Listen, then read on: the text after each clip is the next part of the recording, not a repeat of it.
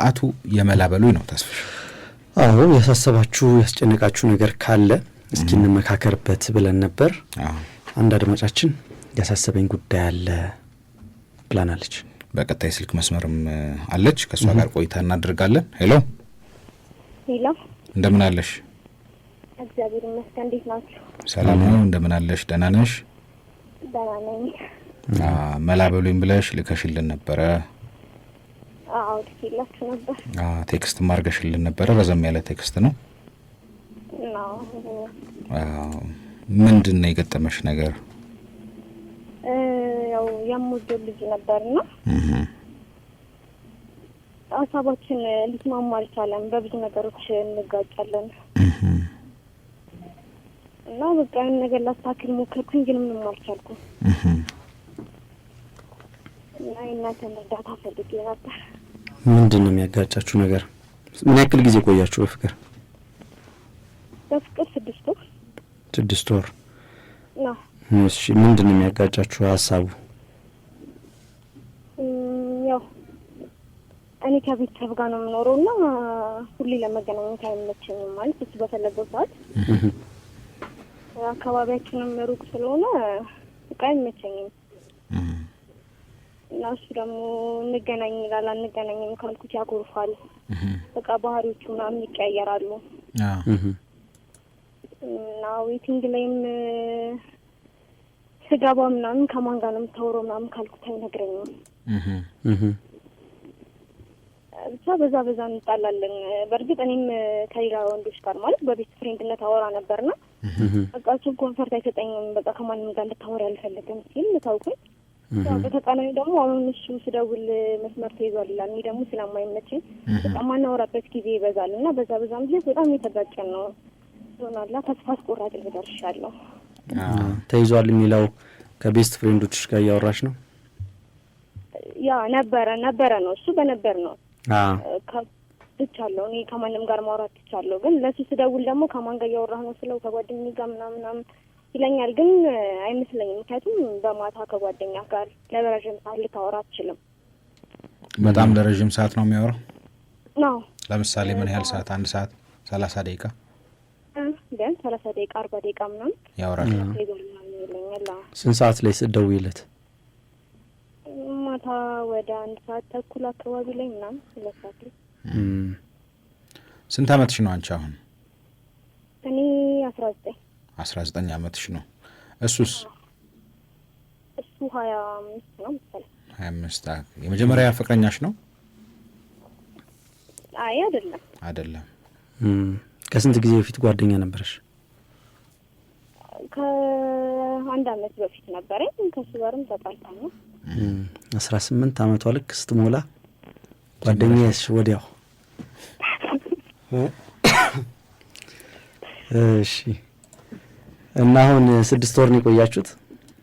ነው። ትማሪያለሽ? ነው ማራሪ። ምንድነው ስንተኛ ክፍል ነሽ ወይ ምንድነው የምትማሪው? አይ ክፍል ነው 12 ዘንድሮ ማትሪክ ነው። በዚህ ላይ ደግሞ የወንድማችን ፍቅር ደግሞ በዚህ በኩል ወጥሮ ይዞሻል። እስኪ እንዴት ነው የተጀመረው ግን በሁለታችሁ መካከል የፍቅር ግንኙነቱ? ማን ጀመረው? እንዴት እዚህ ደረሳችሁ? በአጋጣሚ የሆነ የሰፈር ልጅ ነው፣ አላውቀውም።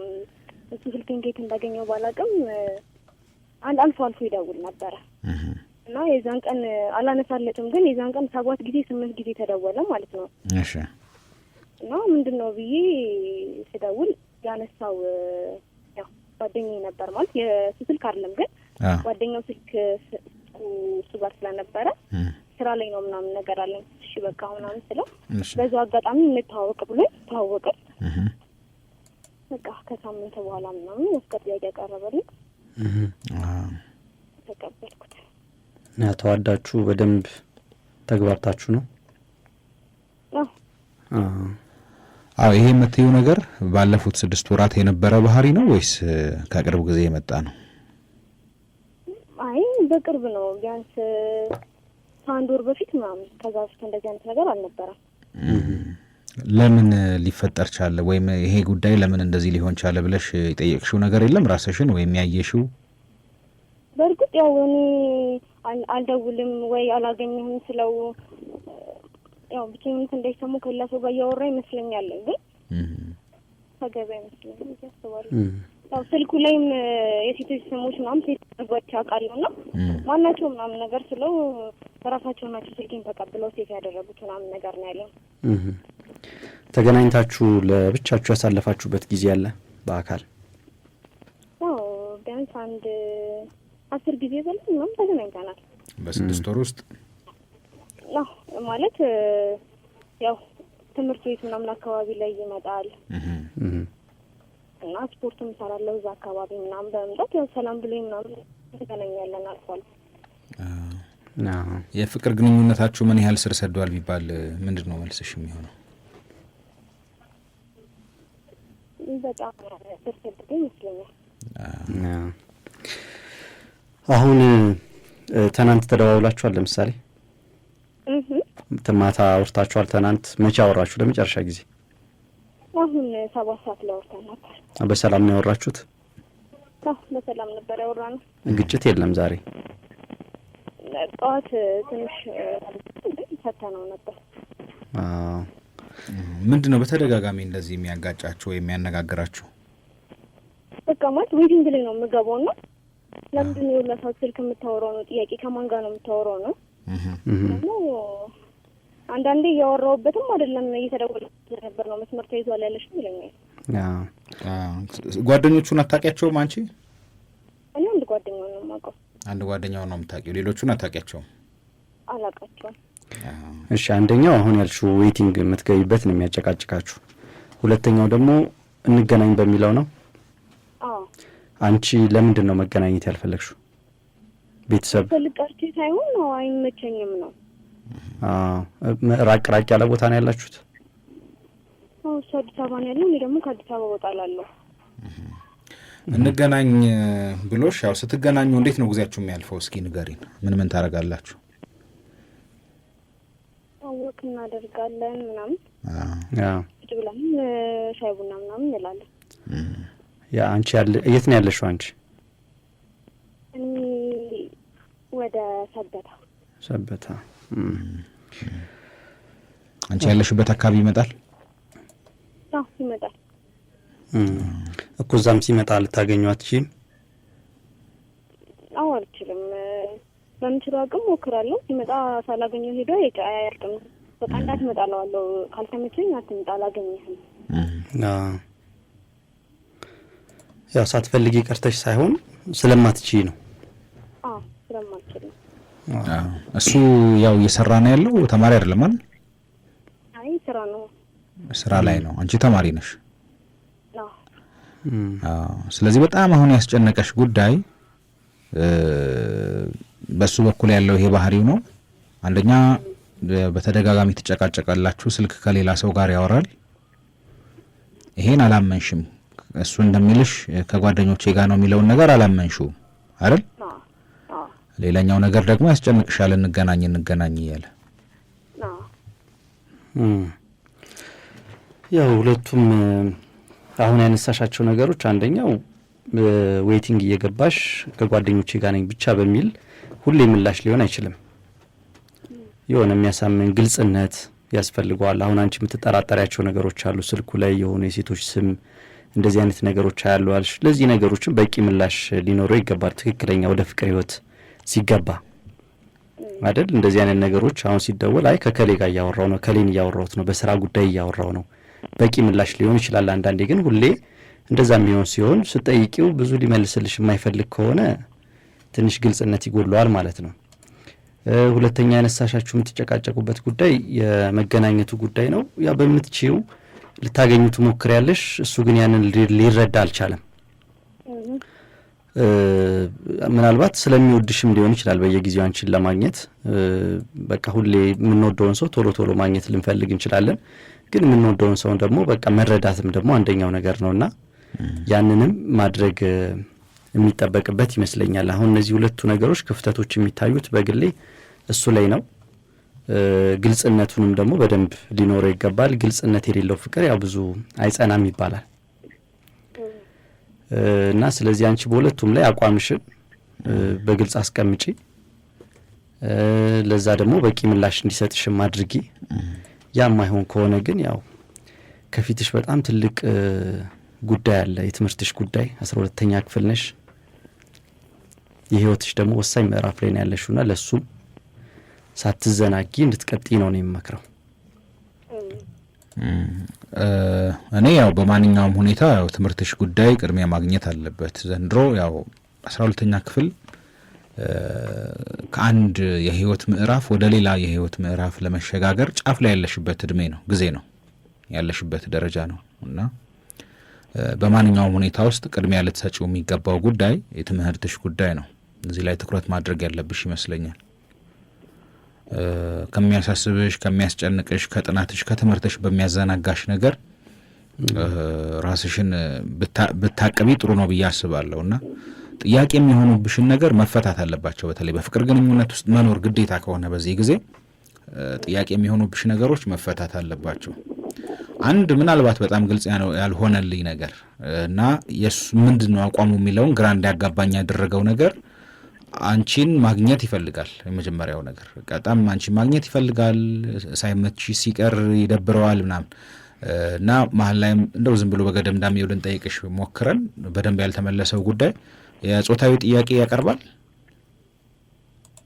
ጾታዊ ፍላጎት አለው ማለት ስትገናኙ ለእንደዚህ አይነት ነገር እንድትገናኙ ነው የሚፈልገው ወይስ ከአንቺ ጋር ጥሩ የፍቅር ጊዜ ለማሳለፍ ነው?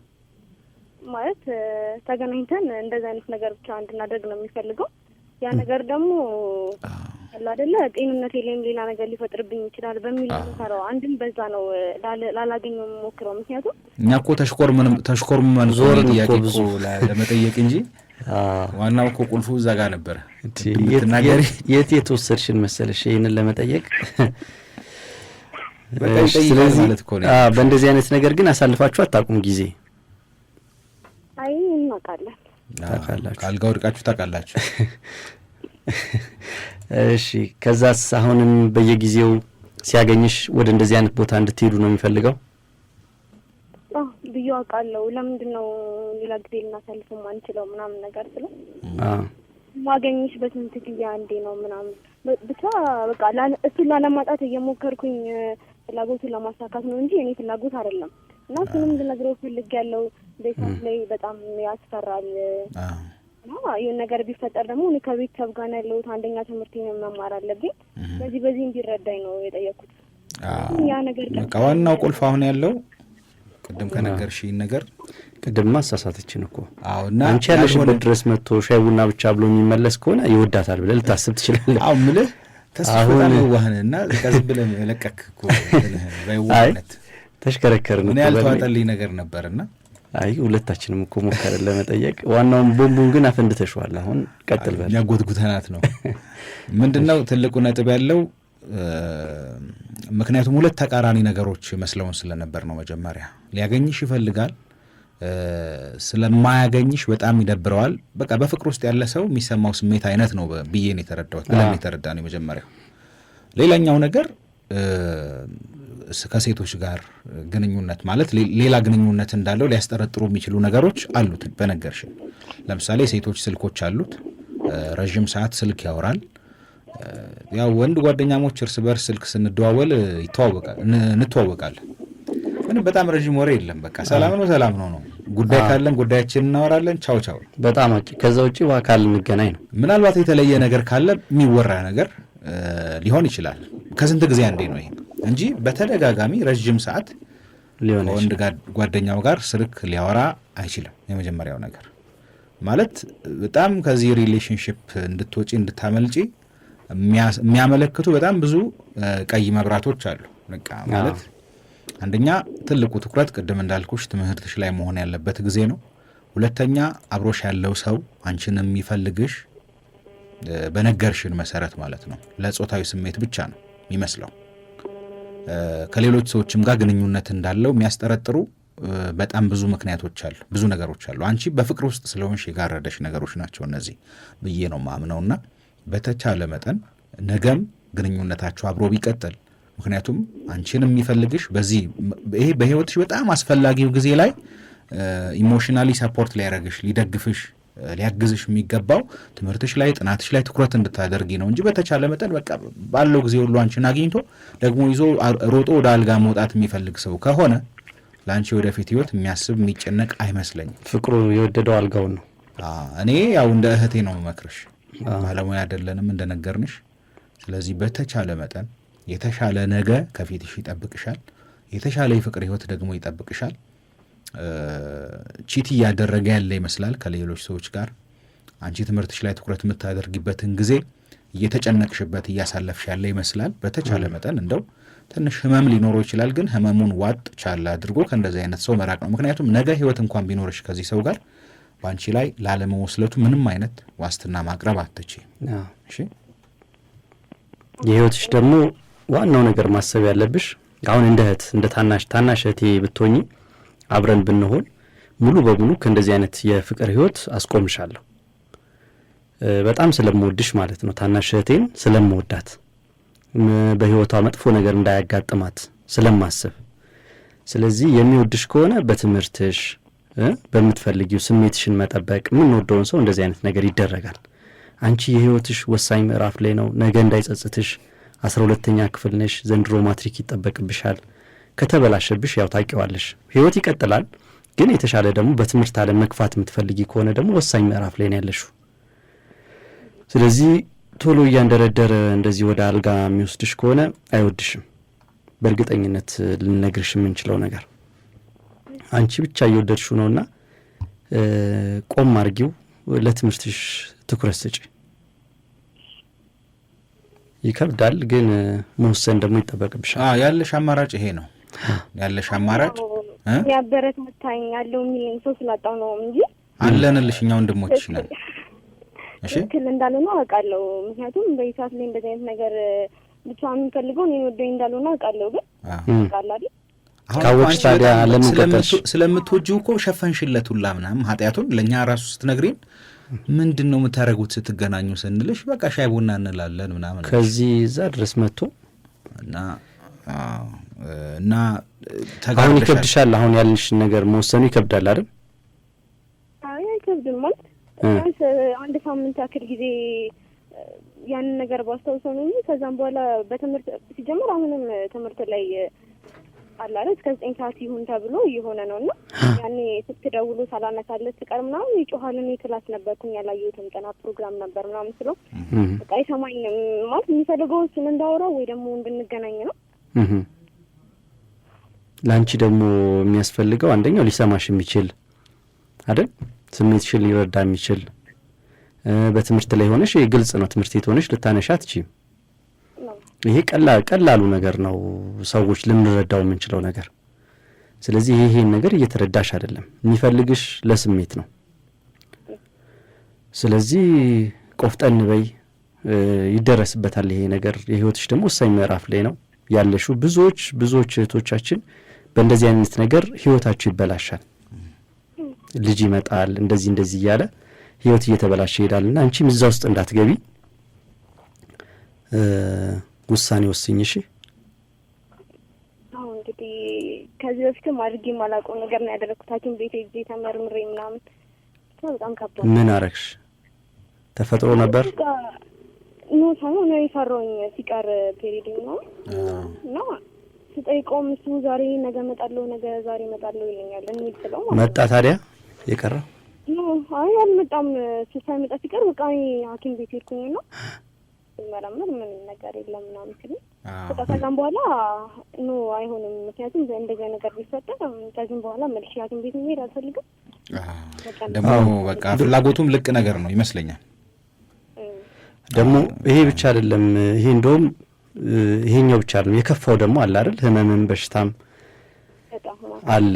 ስለዚህ አንቺ ደግሞ በዚህ እድሜሽ የዚህን ያክል ፈተና ውስጥ መግባት የለብሽም። ግድ የለሽ። የሚያዋጣሽ አሁን በዚህን ሰዓት ትምህርቱ ነው። እንደ ወንድም ስንልሽ ወደ ትምህርቱ ትኩረት አድርጊ። ይሄ በጣም ከተማችን ውስጥ እንግዲህ ብንይዘው እንደው ይሄ ሰውዬ ብዙ የሚጠቅም አይደለም ለህይወትሽ። የሚወድሽ አይመስለኝም በእርግጠኝነት። ጩልሌ ነው። ከተማ ውስጥ ብዙ ጩልሌዎች አሉ እንደሱ አይነት። በተቻለ መጠን ያው ከህይወትሽ ማውጣት እንደዚህ አይነት ሰው ነገ ከስተቱ ሊታረም ይችላል የሚባል አይነትም አይደለም ያለበት ሁኔታ። አንቺ ካለሽበት አንቺን አንዳንዴ አሁን ተማሪ ነሽ 12ኛ ክፍል ነሽ ካለሽበት ሁኔታ አንጻር ትምህርት ላይ እንኳን ሆነሽ ክላስ ውስጥ ስልክ ባለማንሳትሽ የሚቆጣ ሰው የሆነ ነገር አናቱ ላይ ወጥቷል ማለት ነው። እና በተቻለ መጠን ከዛሬ ጀምሮ ስልኩን አንደኛ ላለማንሳት፣ በተቻለ መጠን ከሱ ጋር ላለመገናኘት መሞከር፣ እሱን የሚያስታውሱሽን ነገሮች ከነሱ መራቅ መሞከር የሚጠቅምሽ ነው በቀጣይ ህይወትሽ። ምናልባት ወደፊት ማትጸጸሽበት ውሳኔ ነው የሚሆነው። እሺ አመሰግናለሁ። እንደዛ አድርጊ። እሺ ፕሮግራማችን በጣም ነው የምወደው፣ በዚህ ቀጥሉበት። እሺ እናመሰግናለን። አንቺ ራስሽን ጠብቂልን እንጂ አንቺ ጉዳይ ነው ያሳሰበን እኛ። ምክንያቱም እንደ እህት እንደ ታናሽ እህት ነው ያወራንሽ። እንደዛ ነው ተሰማንና ዘንድሮ ተሳክቶ ማትሪክ ከመጣ ደውይልን። እሺ ስልካችን አለሽ አይደል? ተስፍሽ እጁን እየጨበጠውላ ነው የሚያወራው። በቃ ንዴት ሲናደድ አውቀዋለሁ። ደውይልን። አጠገቡ ቢያገኘው አይለቀውም። ትጠቁሚናለሽ እንደውም ያለበትን። እሺ እና ደግሞ የልብ ጓደኛ ምናምን ታማክሪው የለም እንዴ በዙሪያሽ? በፍጹም እንደዛ አይነት ሰው የለም። ከቤት መውጣት አይፈቀድልኝም። ደግሞ አባቴና እናቴ በሞት ያጣሁት እናቴንም እሷ በማስገደሏ ያው እስር ቤት ናት። የምኖረው ከአያቴ ጋር ነው። ትምህርት ቤት ስፖርት ቤት ነው። ደግሞ ቢያንስ ራሴን ትንሽ እንትን የምልበት ነገር ነው እና እሱንም አቁሚ ብሎኝ በተጨቃጨን ነበር። ምክንያቱም ምኑን አቁሚ ብሎሽ? ትምህርቱን? አይ ማለት ትምህርቱን አቁሚ ብሎኝ። ምኑን አቁሚ ብሎሽ? ስፖርት እሰራለሁ ማሻአላ አንዱና ተይ አቁሚ ያለሽ ፈርቶ ነው እሱ እንዳትመጪው እባክሽ ተይ ከዛሬ ነገር ቆለፈችኝ ብሎ እሱ በዛ ነው። ግን አሁን የምንልሽ ነገር አሁን ያልሽውን ሰማ። የልብ ጓደኛ ቢኖርሽ ጥሩ ነው። ካልሆነ ግን አሁን ያልንሽን ግን ታረጊዋለሽ? አደርገዋለሁ። በቃ በትምህርትሽ መግፋት ትፈልጊያለሽ አይደል? ነው ነገ ይሆናል አይደል? አባቴ ምንም የምፈልግበት ቦታ ላይ ደርሼ ሰውየው በጣም መሰለኝ ያሳዝናል። በጣም ወጣት ልጅ ነች። የነገረችን ነገር ደግሞ በጣም ስትራይክ ያደርጋልና ያለችበት ሁኔታ ከቤተሰብ ወደ ላይ የምታማክረው ወደ ጎን የምታማክረው ሰው የለም። ይሄ ጩልሌ ደግሞ ገብቶ እንደዚህ አይነት አንዳንዴ ዴስፐሬት በህይወት እንደዚህ አይነት ከባባድ ችግሮችና ፈተናዎች ሲገጥሙ የምትደበቅባቸው ሰዎች እንደዚህ ክፉ ከሆኑ ደግሞ በጣም ያጠፋዋል። ህይወት በጣም ይበላሻል፣ ማይስተካከል ነው የሚሆነው። ያው በእኛ ሀገር እንደዚህ አይነት ነገሮች ሲኖሩ ምናማክረው እንኳን ባይኖር ወደ እምነት ተቋማት መቅረብ፣ ወደ ሃይማኖቱ መቅረብ የተሻለ ይመስለኛል በሳቤ። ከዛ በተጨማሪ እሷ ምናልባት የሚያስጨንቃት ነገርም ሊኖር ይችላል። አሁን አባቷ ሞተዋል፣ እናቷ ደግሞ አባቷን በማስገደል ተጠርጥረው ወይም በዛ ሁኔታ ምስር ላይ ናቸው። ይሄ በጣም እንደ ልጅ ከባድ ነው የሚሆነው እና የስነ ልቦና እገዛም ድጋፍም የምትፈልግ ከሆነ በማንኛውም ሰዓት አብረናት አለን። እንደ ወንድምም እንደ ታላቅ ወንድምም ልታማክሪን ትችያለሽ። ስልካችን አለሽ፣ ደውይልን፣ ቴክስት አድርጊልን። ባይነሳም እናወራሻለን በማንኛውም ሁኔታ።